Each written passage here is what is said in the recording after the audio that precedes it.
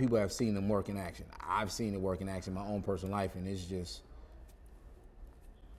I mean, you can't explain that to people who don't really understand. It's tough. It's tough to explain that, you know, so.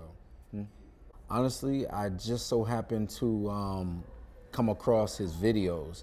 I can't remember which one in particular, but I just came across some videos, and it was like one of those things where people just binge watch. So once I saw one, I saw the numbers, and I just started binge watching all his videos.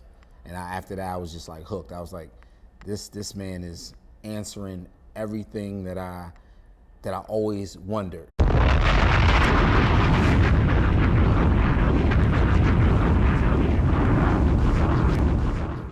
Now I'm getting the answers to it. And then he had a familiar face, and I couldn't picture where I knew his face from. Then after that, I had a very interesting experience one night where I was, tussling with some witches and demons, and after that experience, it left me pretty weak that night. And then the next day, I prayed and everything before I went to bed, and the demon that I fought actually in the previous night came back during my prayer state.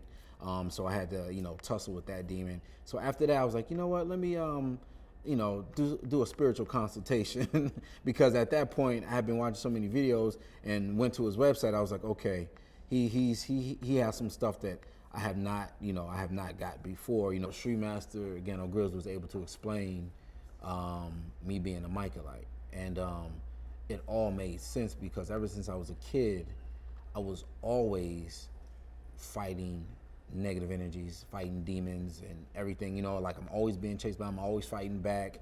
And no matter how, when I was younger, no matter how, hard I would go at them, they would keep coming, and I'm a martial artist. I've been a martial artist since I was 5. So fighting isn't like my nature, and he finally explained why that happened. Sri Master Gano saying, this is what you are.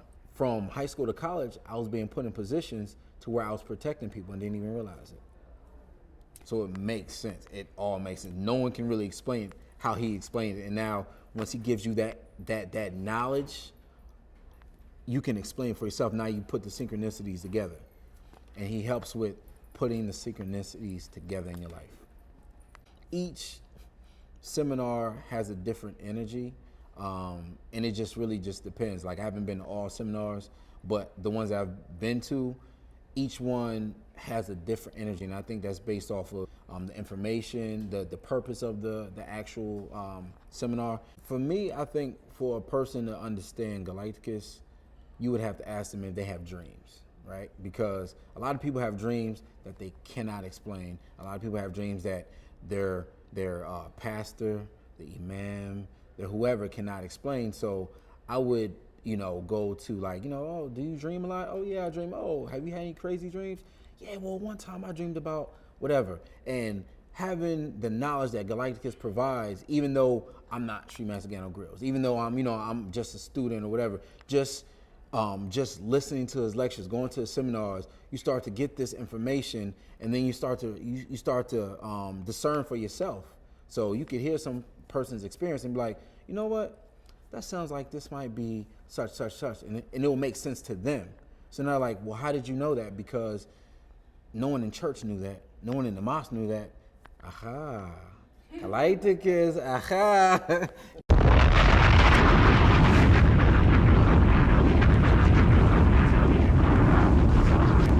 That definitely helps. And I think what I've been doing in my life over the past 3 years due to Galighticus, people are seeing that, and people that are close to me see a difference, and they wonder what I'm doing. They're like, what are you into? Is this a religion? No, it's not a religious movement. Is it like a cult? No, it's not a cult. It's just a certain way of life, and they see certain things, and they see certain things manifest, and they also see how I can explain the unexplainable to them, and they're like, huh. So now it piques their interest, In my personal opinion, you take all the religions, right? Especially the 3 major, right? So we're gonna talk to the 3 major religions, right? So Judaism, Christianity, Islam. There's a stress on like faith and devotion, right, to the higher power. We still see the practice of that, but we also, with the Galighticus movement, I also see the application of everything that those religions are ignoring. Because even if you go to the Bible and talk about the teachings of Emmanuel, right? He, in the stories, is telling you how to ascend like how he is, how to wake the dead, or help a blind man see. But people aren't applying those applications, right? So it's a feel good for them. So yeah, I'll listen to the stories and the parables, right? It's a feel good, and I'll be faithful. But besides being faithful, they're not applying. So with Galighticus, you see the actual application to godhood.